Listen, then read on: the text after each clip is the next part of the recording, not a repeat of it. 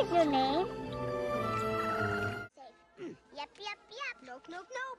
Before dinosaurs roared in any other movie, they walked softly through The Land Before Time, a movie that turned extinction into emotion and prehistory into pure heart. It wasn't just an animated film, it was a childhood memory pressed between tears and wonder. From Littlefoot's first steps to that bittersweet yep, yep, yep, the film taught an entire generation that friendship could outlast even the end of the world. Behind its tender story, though, was chaos, heartbreak, and artistic brilliance that almost never made it to the screen. Today, we're digging up the bones of history to uncover 20 weird facts you didn't know about The Land Before Time. The Land Before Time wasn't just Don Bluth's dream, it was a collaboration between three of Hollywood's biggest creative forces. After seeing the emotional power of Bluth's An American Tail, Steven Spielberg and George Lucas decided to co-produce his next film. Spielberg wanted to make a prehistoric version of Bambi, while Lucas pushed for a story about survival and family against impossible odds. Together, they envisioned a movie that would be both visually breathtaking and emotionally devastating. It was Spielberg's idea to center the plot around a small herd of children separated from their families, inspired by Dumbo and Pinocchio. The trio aimed to make something timeless, something that could stand next to Disney classics, and for many, they succeeded. Bluth's rich hand-drawn animation combined with Spielberg's storytelling instincts created a film that still feels alive decades later. Few projects in animation history ever brought together this much talent for one purpose: to make dinosaurs feel human. Believe it or not, The Land Before Time was meant to be an epic. The original cut reportedly ran over 2 hours long, filled with scenes of Littlefoot's journey through prehistoric landscapes, extended dialogue, and darker moments of struggle. Don Bluth's vision leaned toward realism, showing starvation, exhaustion, and the dangers of nature in harrowing detail. But after test screenings, Spielberg and Universal Pictures decided it was too intense for children. Nearly 19 minutes of completed animation were permanently cut, including entire sequences of the Sharptooth's attacks and a nightmarish dream sequence where Littlefoot saw ghostly dinosaurs fading away. Bluth himself was devastated, saying some of his best work ended up on the cutting room floor. Most of the deleted footage was never recovered, believed to be lost when Universal's storage archives changed systems in the 1990s. What remains is a tighter, faster-paced film, but fans still wonder what emotional depths the original version might have held. The movie's terrifying Tyrannosaurus, known as Sharptooth, was animated with influences from real predator studies. Don Bluth insisted that every movement be anatomically correct, no cartoon shortcuts. Animators watched slow-motion footage of large reptiles to mimic realistic muscle shifts and breathing patterns. But the realism worked a little too well. Early test audiences of children reportedly screamed and cried during the chase scenes. Spielberg personally ordered several frames cut, saying that we don't want to traumatize them, just scare them. Originally, Sharptooth's final fall was shown from multiple angles with blood spreading through the water. Only one quick shot survived in the final version. That fear, however, gave the movie its edge. It wasn't sanitized fantasy, it was primal childhood terror. And that's why so many remember it vividly. We were scared, but we couldn't look away. If you remember hiding behind a pillow during Sharptooth's attack, hit that like button, you're not alone. Before production began, Spielberg and Bluth agreed on one emotional blueprint. They wanted the movie to make people cry like Bambi. The story of young animals separated from their families during hardship was directly inspired by that 1942 Disney classic, as well as The Incredible Journey, where lost pets travel across the wilderness. But unlike those films, The Land Before Time added the prehistoric twist, evolution, extinction, and survival against nature itself. The result was a fable that felt ancient and eternal. Bluth once said, "We weren't making a dinosaur movie. We were making a movie about loneliness." Every time Littlefoot looks at his mother's shadow or searches for the Great Valley, you're watching echoes of Bambi's forest fire, just told through the last age of giants. It's a simple story, but that simplicity is exactly why it hits so hard. It's every child's fear, losing home and finding courage again. Ducky's bubbly voice came from child actress Judith Barcy, whose tragic real-life story gives the film a haunting legacy. Judith was only 10 when she recorded her lines. Already a rising star from commercials and TV shows, her joyful "yep, yep, yep" became one of the film's most iconic phrases. Yep, yep, yep. Nope, nope, nope. Sadly, before the movie's release, Judith and her mother were killed by her abusive father in a devastating murder-suicide. The cast and crew were heartbroken. Spielberg, deeply moved, dedicated extra care to preserving her voice performance exactly as recorded, without redubbing or altering her tone. In later interviews, Don Bluth said, "Every time I hear Ducky laugh, I think of her." The tragedy added an unintentional layer of poignancy to an already emotional film. Judith's performance remains frozen in time, pure, joyful, and unforgettable, a reminder of innocence that never got to grow up. Baby, you cannot talk yet. I am not a long neck. I'm a big mouth. Me? I'm a long neck too, see? Every frame of The Land Before Time was drawn, inked, and painted by hand. No computers, no digital color. Don Bluth's studio employed more than 600 artists working day and night to complete the movie in just over 3 years. Each second of film required 24 individual drawings. The lush prehistoric landscapes were painted with layered glass backgrounds, giving the illusion of depth. To capture that misty, dreamlike look, Artists used translucent watercolors instead of opaque paint, creating atmosphere instead of flat scenery. The film's team even used real fossils and scientific illustrations for accuracy, blending natural realism with fantasy design. The result was a film that looked both ancient and magical, a moving painting of Earth's lost age. Even today, in an era of CGI, many animators cite The Land Before Time as one of the most beautifully handcrafted animated films ever made. Production wasn't a peaceful process. It was a prehistoric-sized nightmare. Universal executives constantly interfered. Spielberg's schedule overlapped with Indiana Jones and The Last Crusade, and Lucas's attention was divided between Willow and Star Wars re-releases. Meanwhile, Don Bluth's studio was running out of money. At one point, animators worked unpaid for months just to finish scenes. Tensions rose so high that some artists quit mid-project. Spielberg finally stepped in to stabilize funding, but by then, deadlines were dangerously close. In an interview years later, Bluth said that it felt like we were surviving our own extinction event. Somehow, through exhaustion and chaos, they made it across the finish line. The final product, though smaller than planned, was a miracle. A perfect storm of passion, stress, and artistry that somehow produced something timeless. In early drafts, the ending didn't show the Great Valley in lush, green glory. Instead, Littlefoot and his friends were supposed to find it barren, implying the land's beauty had already faded. The film would have ended with Littlefoot promising to rebuild hope for future generations. Spielberg and Bluth debated this for weeks. Ultimately, they agreed that the movie needed hope. "We'd have riots in the theaters," Spielberg joked. The revised ending, sunlight pouring over the valley, herds gathering, families reunited, became one of animation's most heartwarming final moments. The shift from despair to renewal wasn't just storytelling, it was philosophy. Even in extinction, there's rebirth. That's the secret of the Great Valley. Not a place, but a promise. Littlefoot's mother was inspired by one of the first major paleontological discoveries, the Apatosaurus skeleton once misidentified as Brontosaurus. Don Bluth wanted her design to evoke both realism and maternal grace. Her gentle face and long neck came from anatomical sketches, but her movement was modeled after elephants, slow, deliberate, protective. For the heartbreaking death scene, Bluth drew inspiration from documentaries showing elephants mourning their dead. The voice actor, Helen Shaver, recorded her lines in isolation, crying between takes. Spielberg reportedly teared up during playback. The scene was so emotional that the animators could barely finish it.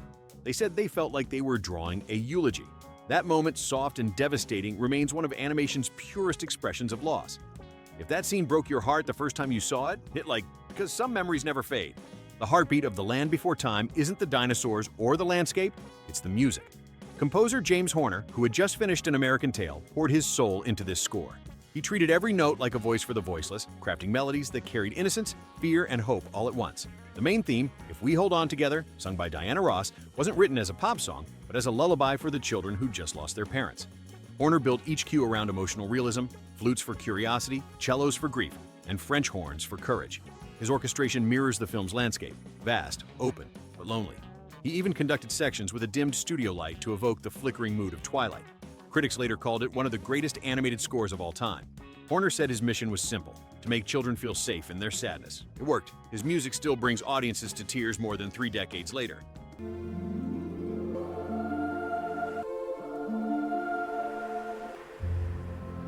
The Great Valley wasn't just a fantasy backdrop. It was drawn from real landscapes across North America.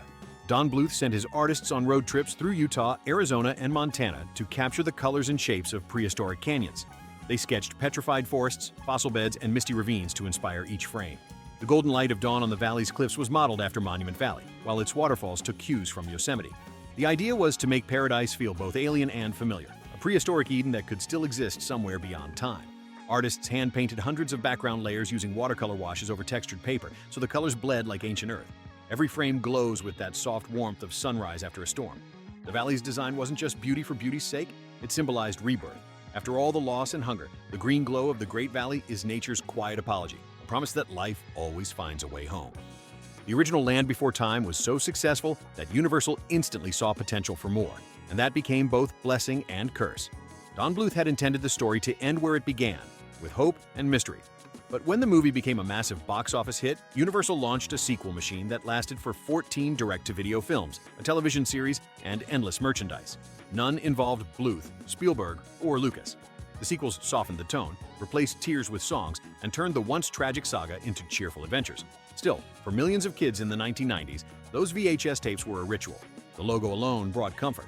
It's estimated that by the mid-2000s, the Land Before Time franchise had sold over 75 million copies worldwide, making it one of the most profitable non-Disney animated series ever. Even if the later films lost the original's depth, they kept its spirit alive, a small herd still walking toward home, one movie at a time. Before The Land Before Time, Don Bluth was a rising star at Disney, one of the best animators of his generation. But he grew frustrated with what he saw as creative stagnation. In 1979, he and a group of fellow artists left the company to form their own studio. They worked out of a garage, armed with secondhand equipment and wild ambition. Their goal was to bring back the emotional honesty and artistry of classic Disney, the kind that made audiences cry instead of just smile. By the time The Land Before Time came around, Bluth had already proven himself with The Secret of NIMH and An American Tail. But this project was his masterpiece. It was darker, slower, and richer than anything his old employer was making. Disney executives reportedly watched it in silence, realizing they finally had. Competition. Ironically, Bluth's rebellion reignited Disney's creativity, pushing them toward the Renaissance era that began the next year with The Little Mermaid. 3 tiny words, yep, yep, yep, became one of animation's most unforgettable catchphrases. They came not from the script but from child actress Judith Barcy, who voiced Ducky. During recording, she started responding naturally to the director's questions with her cheerful, yep, yep, yep, and everyone in the booth burst out laughing. Bluth told her to keep doing it in character. That spontaneous moment became Ducky's entire personality, optimistic, innocent, and endlessly kind. It wasn't just a line, it was the sound of joy. Fans loved it so much that it appeared in every sequel, long after the original cast was gone. When audiences learned of Judith's tragic fate, the phrase took on new meaning, a small echo of her spirit that continues to live in film history. If that line ever made you smile, tap like for Judith and her timeless yep, yep, yep. Yep, yep, yep. Yep, yep, yep. Nope, nope, nope. In the 1980s, dinosaurs were still often portrayed as slow, lumbering reptiles. The Land Before Time helped change that perception. The production team worked closely with paleontologists to ensure each species moved and behaved realistically for the latest theories of the era.